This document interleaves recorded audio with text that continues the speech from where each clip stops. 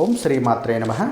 సంపత్ శుక్రవారం రోజు 21 ఆగస్టు 2026 శుక్రవారం రోజున తెల్లవారుజామున 7:13 నుంచి 9:42 వరకు కూడా పొద్దున జావ మీరు పూజ చేసినట్లయితే శుభముహూర్తం ఉంటుంది. ఒకవేళ మీరు పొద్దున టైంలో చేయలేకపోతే సాయంత్రం పూట 6:48 నుంచి 7:53 వరకు కూడా ప్రదోష కాలం ఉంటుంది. ఈ సమయంలోనే మీరు మహాలక్ష్మి పూజ అంటే సంపత్ శుక్రవార పూజను చేసినట్లయితే చాలా మంచి జరిగే పరిస్థితి ఉంటుంది.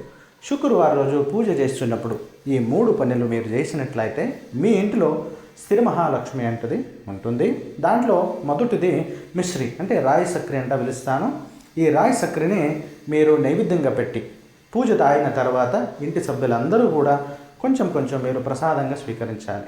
ఇంకా రెండోది వచ్చేసి మీరు తప్పనిసరిగా కొంచెం మల్లెపూలు దండాన్ని వేసినట్లయితే లక్ష్మి స్థిరంగా ఉంటుంది. ఇంకా మూడో పనులు వచ్చేసి గజ్జె వస్త్రం అంటే పిలుస్తున్నాం. మీ స్క్రీన్లో కూడా నేను చూపిస్తున్నాను. 2 గజ్జె వస్త్రాన్ని మహాలక్ష్మి అమ్మవారి ఫోటోకు కానీ కలసకు కానీ పెట్టేది మర్చిపోవద్దు. ఈ 3 పుణ్యులు మీరు సంపత్ శుక్రవారం చేసినట్లయితే లక్ష్మి అన్నది స్థిరంగా నిలిచి ఉంటుంది.